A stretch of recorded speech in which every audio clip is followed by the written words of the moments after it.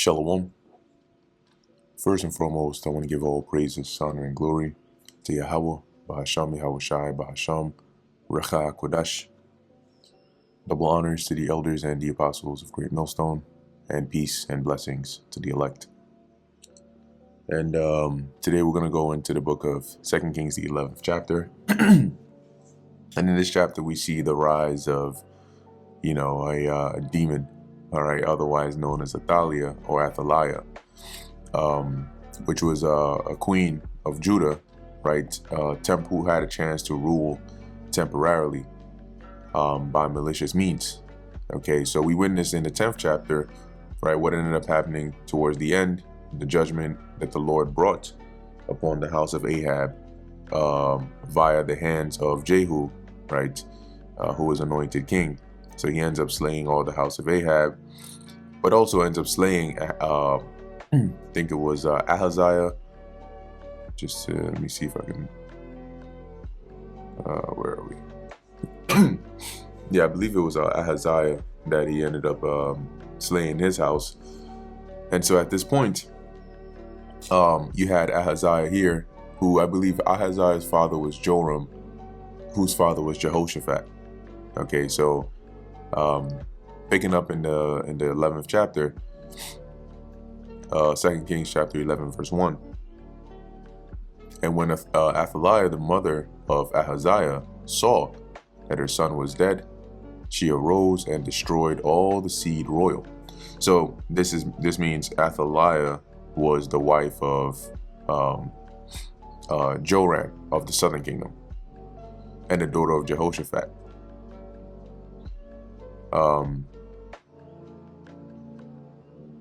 Actually, no, Slakia. She wasn't the daughter of Jehoshaphat. She was just the wife of Joram. That would be kind of weird. So when she saw this, right, that Ahaziah was dead, it says she rose up and destroyed all the seed royal, because what does she want? If there was an heir to the throne, that would not fare well for her plans. But Jehoshaphat, the daughter of King Joram, sister of Ahaziah, took Joash, the son of Ahaziah, and stole him from among the king's sons which were slain. And they hid him, even him and his nurse, in the bedchamber of from Athaliah, so that he was not slain. So while she was going around doing this execution, right, to eliminate all the heirs and so on, the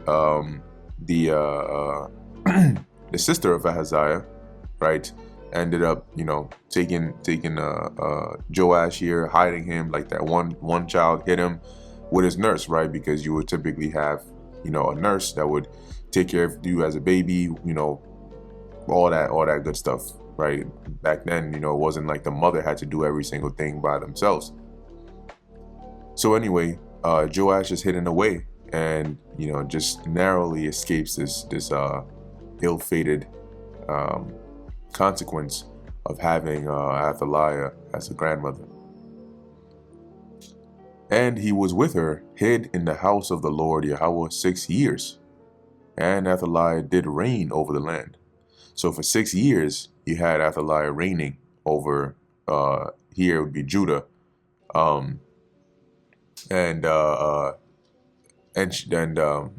Joash was hidden for 6 years in the temple.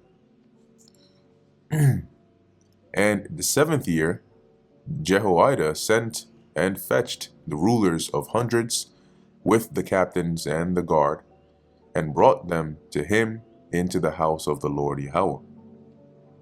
So the rulers of hundreds, right, the captains, the chiefs, the top ones, he brought them together, right, into the temple, and made a covenant with them, and took an oath of them in the house of the Lord Yahweh, and shewed them the king's son. So once again, you can imagine, right, at this point, everybody's just like, you can't imagine people are loving the rule of Athaliah here, right? So here, having seen Joash, they're like, well, what's going on here? Come to find out, he was that one heir that was stashed away, and he's here. He's about 7 years old or so. And he commanded them, saying, "This is that so they basically swore like loyalty, to, in this case, and with as part of that covenant, not only to maybe like say like the king, right, but also to whatever it was that Jehoiada was about to charge them to do. And he commanded them, saying, "This is the thing that ye shall do. A third part of you that enter in on the Sabbath shall even be keepers of the watch of the king's house."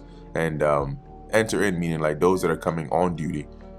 You're going to be, watching the king's house. And the third part shall be at the gate of Sur, and a third part at the gate behind the guard. So shall ye keep watch of the house, that it be not broken down. So there was a certain allotment of the guards that were to guard, as it says here, the king's house, and on different parts. And 2 parts of all you that go forth on the Sabbath, even they shall keep watch of the house of the Lord about the king. So those that are coming in on duty, those that are going off duty, you're going to be keeping watch. You're going to be, some of you keeping watch of the king's house. Some of you are keeping watch of the temple to protect the king. And ye shall compass the king round about, every man with his weapons in his hand. And he that cometh within the ranges, let him be slain. And be ye with the king as he goeth out, and as he cometh in. So talk about Secret Service.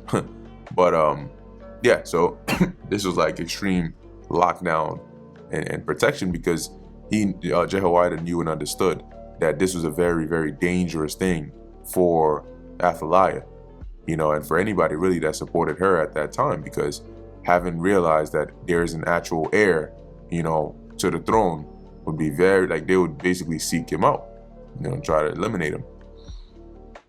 And the captains over the hundreds did according to all things that Jehoiada the priest commanded. And they took every man his men that were come in on the Sabbath with them that should go out on the Sabbath, and came to Jehoiada the priest. And to the captains over hundreds did the priest give King David spears and shields that were in the temple of the Lord Yahweh. And the guard stood, every man with his weapons in his hand, round about the king, from the right corner of the temple to the left corner of the temple, along by the altar and the temple. So everywhere where around the king, there was locked down tight. And he brought forth the king's son, and put the crown upon him, and gave him the testimony. And in here, the testimony would be like the law. And they made him king, and anointed him, and they clapped their hands and said, "God save the king." So this was like a coronation of Joash here, as I think now he's about 7 years or so, to make him king. And when Athaliah heard the noise of the guard and the people, she came to the people into the temple of the Lord. So you can imagine, big back, maybe she's not big back, but maybe she is, who knows, right? She's pulling up over there, all proud and shit, like, what the hell is going on over here?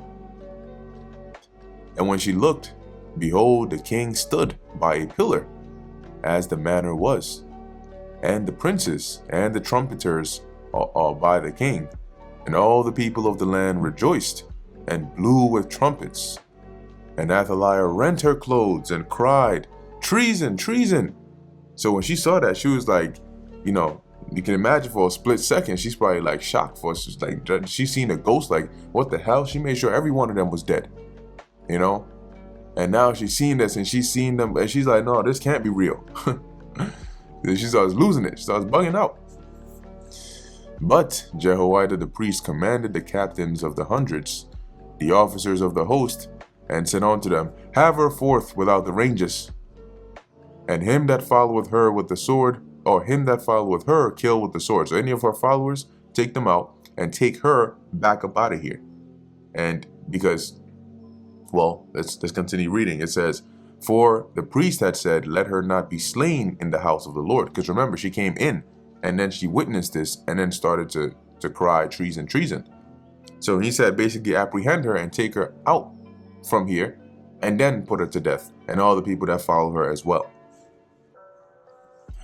And they laid hands on her, and she went by the way by the which the horses came into the king's house, and there was she slain.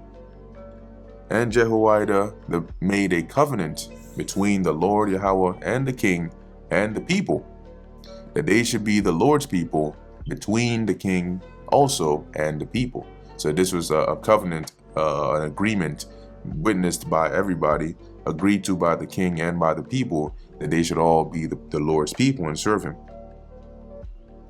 And all the people of the land went into the house of Baal and brake it down. His altars and his images brake they in pieces thoroughly, and slew Matan, the priest of Baal, before the altars. And the priest appointed officers over the house of the Lord Yahweh. So they once they took Athaliah out of there, they started to clean house, basically. Got all that. Because remember,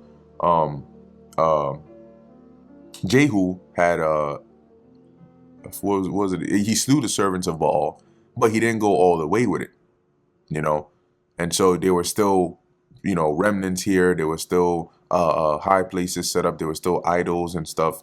And so continuing on, and then particularly in Judah as well. So here, as Joash has been made king, the people have agreed to be the Lord's people. It would make sense that they would go around getting rid of these idolatrous things.